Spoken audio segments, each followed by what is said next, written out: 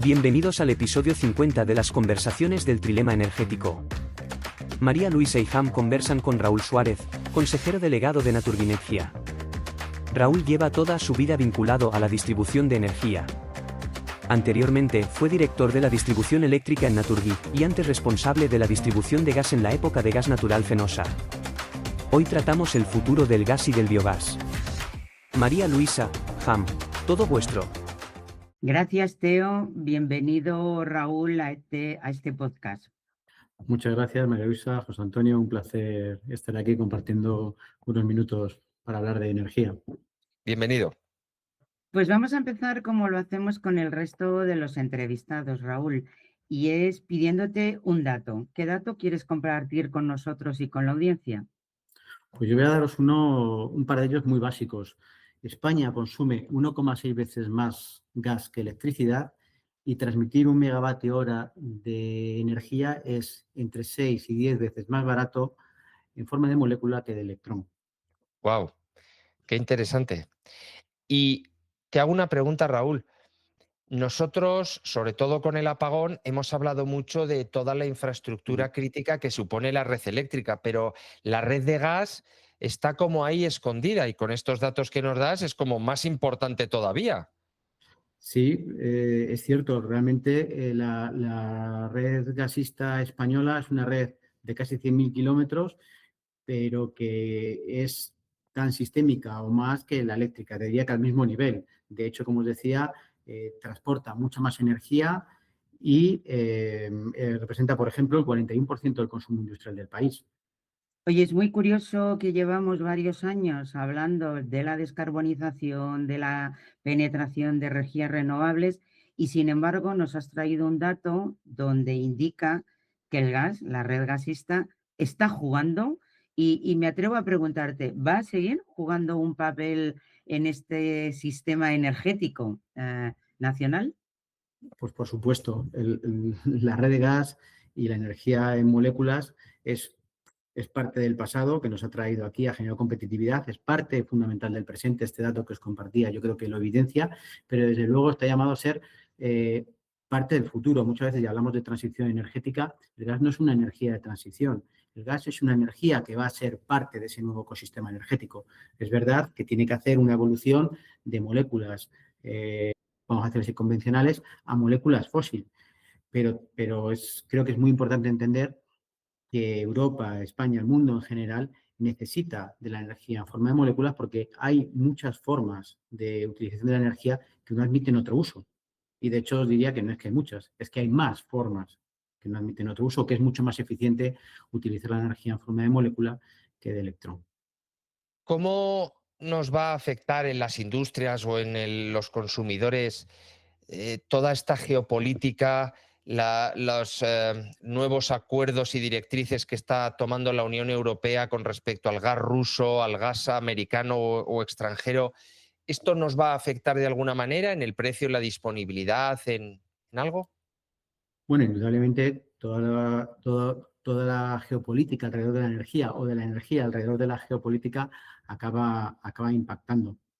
Aquí hablamos de trilema y una de las cosas que creo que está pasando es que teníamos un enfoque del trilema hace unos 4 o 5 años, posiblemente antes de la pandemia, cuyo foco principal era la descarbonización. La guerra de Ucrania nos enseñó que la seguridad de suministro también era muy importante y después de la guerra de Ucrania estamos aprendiendo que la parte del affordable, de la sostenibilidad económica y social de la transición es también fundamental. En definitiva, tienes que equilibrar el trilema. Si no, no se va a producir una transición.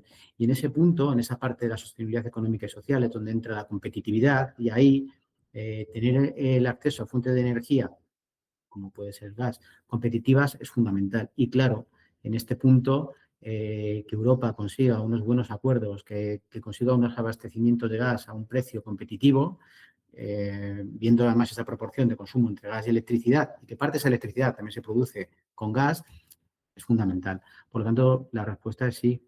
Lógicamente, Europa tiene que hacer un gran esfuerzo en buscar nuevas vías de aprovisionamiento que no sean el gas ruso, serán de otras geografías, pero que tenemos que conseguir que sea igualmente competitivo. Raúl, antes has mencionado cómo el sistema gasista debe de moverse de las moléculas más convencionales a otras más, no sé si llamarlas verdes, renovables o bueno, diferentes del gas natural. ¿Cómo ves el futuro de estas biogases de los que se está hablando? Bueno, la suerte que tenemos en Europa en general y en España en particular es que también tenemos mucho de este recurso. Especialmente se habla mucho del biometano y se habla mucho del hidrógeno verde. Realmente son dos realidades, ¿no? Por un lado tenemos la del biometano, que es una tecnología que está madura, muy desarrollada en otros países de la Unión Europea, mucho más desarrollada a escala industrial en otros países de la Unión Europea, aunque España tiene el tercer mayor potencial de biometano en la Unión Europea y apenas lo hemos desarrollado. Es una gran oportunidad país porque se trata, yo siempre digo que el biometano es la energía, hablando de trilema, es la energía que mejor equilibra el trilema energético, porque es una energía que es autóctona, es una energía que es competitiva, que descarboniza y que además genera todo un nuevo ecosistema, una nueva economía circular que genera oportunidades de desarrollo económico, ¿no? Además, es, como os decía, una tecnología bastante básica en su uso y ya está, digamos que en fase de desarrollo industrial, de escala industrial en muchos países. En España está empezando. El hidrógeno es otra realidad. El hidrógeno verde es una tecnología que se encuentra más en la parte del I+D todavía, que se está poniendo mucho dinero para intentar desarrollar proyectos piloto que vayan bajando el coste de producción, porque al final el problema del hidrógeno es el coste de producción y hoy la realidad es que no es competitivo, ¿no? Digamos que el hidrógeno, el biometano es presente y la pena es que todavía en España no estamos siendo capaces de catalizar todo ese gran potencial que tenemos y el hidrógeno es medio o largo plazo y bueno, hay que trabajar en proyectos piloto para ir, bueno, pues intentando bajar la curva de precio. Hablas del potencial, pero yo no sé dónde está el problema, porque no sé si es que el gobierno y la regulación no apuestan por esa promoción, no sé si es que la industria no se la cree, no sé si es que hay una limitación técnica sobre las infraestructuras existentes. La realidad es que algo que debería ser muy promocionado y muy empujado no parece que lo sea. Pues realmente aquí tenemos un problema de coordinación de voluntades, Ya. porque probablemente ahora hay mayor apetito inversor que yo recuerdo en años por desarrollar proyectos de biometano. Realmente hay capital privado que quiere invertir en proyectos de biometano.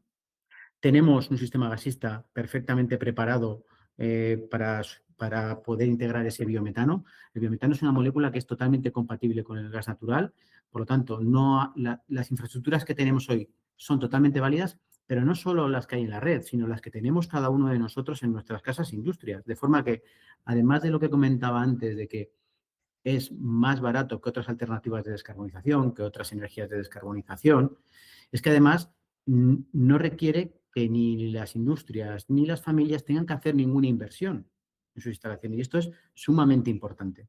Siempre me gusta recordar que, según la encuesta del Banco de España de las familias, la familia media española tiene 10.000 euros de ahorro en el banco. No que cada año ahorra 10.000 euros, sino que todos los ahorros que ha podido generar la familia media española hoy son 10.000 euros. Cuando esto es la realidad de nuestra economía, de nuestras familias, duele mucho tener que pedirle a una familia que tenga que invertir para descarbonizar lo que puede descarbonizar sin invertir, ¿no? Y por eso digo que es una gran oportunidad. Tenemos la oportunidad del lado de la demanda, tenemos una energía en precio, tenemos un sistema que la puede admitir, tenemos inversores preparados para desarrollarla. ¿Y qué nos falta? Pues nos falta un marco regulatorio, ¿no?, que cohesione todos estos elementos y que haga que realmente pues, se pueda explotar este desarrollo. Ahora, en estos 3 años se ha producido un incremento exponencial. Sí, hay más de 100 contratos de biometano firmados, 15 plantas en producción. Hace 3 años estábamos prácticamente en 2 plantas en producción y 5 o 6 contratos firmados. ¿Es un crecimiento exponencial? Sí, pero estamos lejos de Francia, que tiene 700 plantas, Italia, que en 2 años ha construido más de 100 plantas, Alemania, más de 1.000 plantas. Hemos llegado tarde al biometano, Ya. aún teniendo más potencial, pero estamos a tiempo. Esa es la cuestión. Yo creo que aquí administraciones, agentes de la energía, distribuidores, transportistas, promotores, inversores, tenemos que hacer un esfuerzo por sentarnos, entendernos, ver qué piezas faltan en la regulación y que todas esas piezas del puzzle que están encajen, porque realmente los fundamentales están. Un poco con la comparación que hacía antes, por ejemplo, con el hidrógeno, que hay algún fundamental, ¿no? Por ejemplo, la pieza del coste le falta, ¿no? Tiene otras que encajan muy bien, pero esa le falta. El biometano, tenemos todas las piezas del puzzle. Hay que colocarlas bien. Mencionabas que el biometano es una molécula compatible con el gas natural. Yo, que soy química, te diría que es la misma Bueno, molécula. Yo no sé si los oyentes saben que ya estamos consumiendo biometano en nuestras, iba a decir cañerías, en nuestras. ¿Cuál es el límite actual de inyección de biometano en la red gasista nacional? pues es prácticamente testimonial. Es el 0,1%.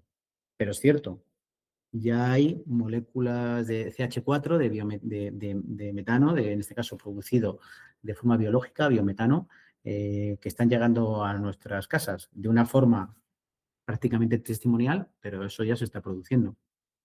Raúl, déjame, José Antonio, que repregunte, porque precisamente este dato me lleva a un mantra o un dogma que se maneja, y es que todo lo que sale por una chimenea es contaminante. Luego, yo creo que hay como una idea que todas estas moléculas de origen biológico son equivalentes a quemar gas natural. ¿Qué opinión tienes sobre esta transición desde el gas natural hacia estas moléculas alternativas? Bueno, realmente esas son moléculas que descarbonizan y descarbonizan porque al final lo que están haciendo es, sí, tú quemas esa molécula al quemarla produce CO2, pero es que esa molécula, si tú no transformas esa materia orgánica biometano, ese CO2 de forma natural también se va a la atmósfera. Por lo tanto, tú no estás incrementando el CO2 que es global y por lo tanto por eso es una fuente de energía que decimos que descarboniza, porque es totalmente neutra en carbono. Pero no solo eso, es que además es una energía que está evitando que se contaminen los acuíferos, porque su producto es un fertilizante que es mucho más natural, ecológico y con menos elementos contaminantes y que se puede utilizar. De hecho, se utiliza para fertilizar los campos, ¿no? De forma que es de esas otras ventajas que comentaba, colaterales, pero muy importantes, que tiene el biometano en esa economía circular que se genera a partir del aprovechamiento de residuos para hacer energía. Porque al final el biometano es una forma, me gusta explicarlo de esta manera, es una energía hecha con lo que nos sobra. Tiene un valor. Oye, Raúl, ahora mismo en todo lo que es la infraestructura de distribución de agua, se está haciendo un gran esfuerzo aprovechando los PERTEs para digitalizar contadores, etcétera.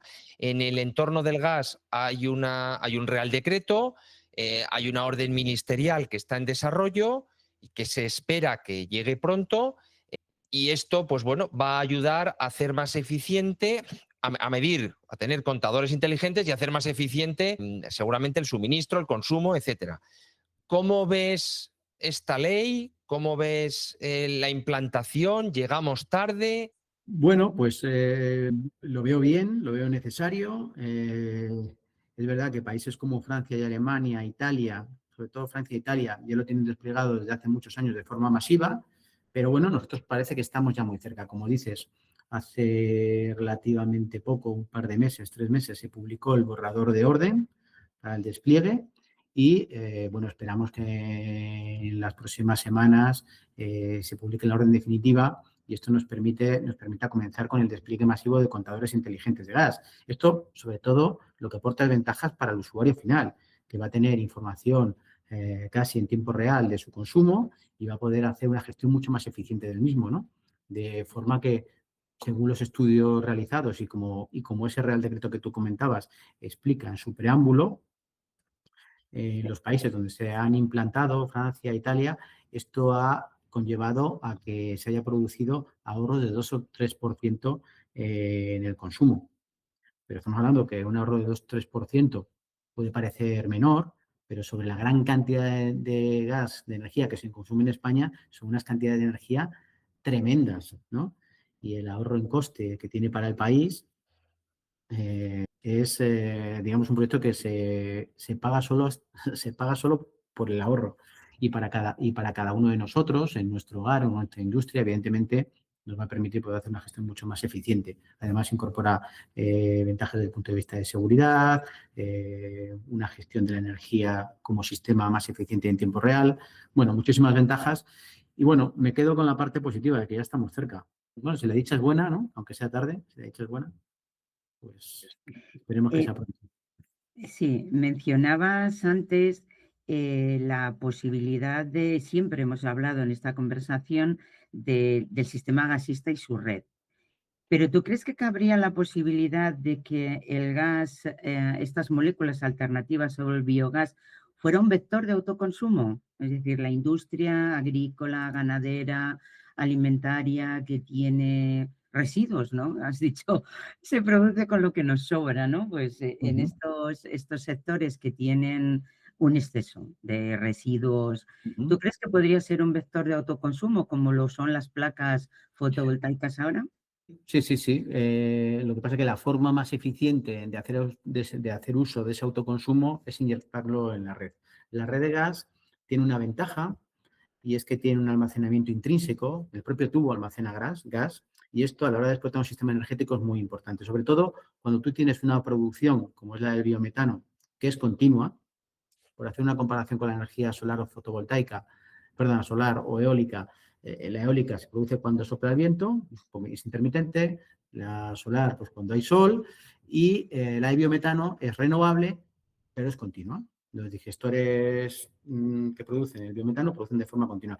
El consumo no suele ser, incluso de las industrias, suele ser estacional en el día o estacional en determinados momentos del año.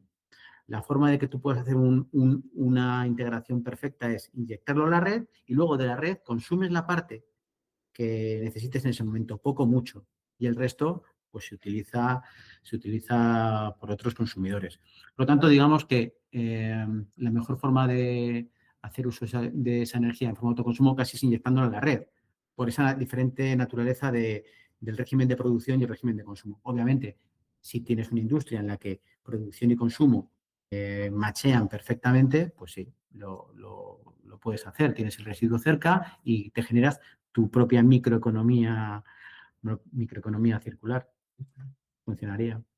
Muy bien. Oye, Raúl, antes de que acabe María Luisa con la última pregunta de cierre, me gustaría preguntarte qué influencia crees que va a tener en el éxito de los biogases, pues digamos, toda la parte de subvención o penalizaciones al consumo de gas, vamos a decir, convencional o fósil. Bueno, yo he de decirte que no soy muy partidario de las penalizaciones en general en nada, ¿no? Creo que al final acaban generando distorsiones en la economía. Sí creo más en los incentivos, en generar cuotas de demanda, por ejemplo. En la energía todo lo mueve la demanda. Generemos cuotas de demanda, eso sí, que siempre sean proporcionadas a la capacidad de producción para no generar tensiones en el mercado. Y iría más por esa vía. Pero evidentemente, sea por la vía de los incentivos o por la vía de las penalizaciones, el hecho de que a determinadas energías se las penalice, lo que hace es que mejora la competitividad de algunas energías renovables como es el biometano. Porque evidentemente, si sumas el coste de la energía más el coste de las emisiones de CO2, llega un momento en que eso supera ampliamente el coste de producción actual del biometano y lo hace de forma natural competitivo, ¿no? O de natural, vamos a decirlo así, natural. Depende un poco de las penalizaciones o las subvenciones o ayudas que se hayan dado. Creo que eso de alguna u otra manera va a pasar. De hecho, hoy ya en algunos sectores, el biometano es plenamente competitivo y de hecho el biometano español se está vendiendo y se están firmando PPAs sobre proyectos. Antes de empezar a producir ya está vendido. Es la mejor prueba de que hay apetito y que es competitivo. Seguro, Raúl, que a este sector que de verdad nos has abierto hoy y seguiríamos preguntándote, Seguro que tienes retos por delante y te vamos a dar la oportunidad de que hagas o le pidas un deseo a una hipotética lámpara de Aladino que traemos siempre en este podcast. ¿Qué le pedirías para resolver la parte del trilema que le afecta a la red gasista? Pues yo creo que me gustaría que nos sentáramos todos alrededor de una mesa con voluntad de diálogo y entendimiento, porque tenemos ante nosotros una gran oportunidad país, ¿verdad? En el tema del aprovechamiento de los residuos para la producción de energía y generación de una economía circular, hay una verdadera y una gran oportunidad país. Creo que si tenemos voluntad de diálogo, si tenemos voluntad de entendimiento, deberíamos ser capaces de demostrar que en esta energía renovable, como lo hemos hecho en otras a lo largo de nuestra historia, también España puede ser un referente a nivel mundial. ¿No parece muy compleja esta petición que le haces a la lámpara y deberíamos de ser capaces de llevarla a término porque solo es cuestión de sentarse en una mesa? Un lujo, Raúl, tenerte aquí y charlar sobre los gases renovables, el metano y el biometano. Mil gracias por venir. Pues nada, un placer. Yo simplemente diría, por acabar, un dato, que sé que pedís siempre un dato para acabar, y os lo voy a dar para que veáis el potencial que tiene. España tiene un potencial de 163 teravatios hora al año de producción de biometano. Eso es 1,6 veces la cantidad de energía eólica y fotovoltaica que hoy producimos en España después de más de 45 años invirtiendo, y lo hemos hecho muy bien como país, pero han sido 45 años y miles de millones de euros en producción eólica y fotovoltaica para llegar a casi 100 teravatios al año. Tenemos 1,6 veces más potencial de biometano. Lo digo un poco por darle dimensión a esta oportunidad país que comentaba. Genial, Raúl. Muchísimas gracias. A vosotros, un placer. Esperamos que os haya gustado. En el próximo episodio conversamos con María Junco, directora general de Nagas GTS, y consejera de Migas y Sedigas. Asegúrate que nos sigues en LinkedIn y suscríbete gratis al podcast en Spotify o en la plataforma de tu elección, Amazon, YouTube, iVoox o Apple para no perdértela.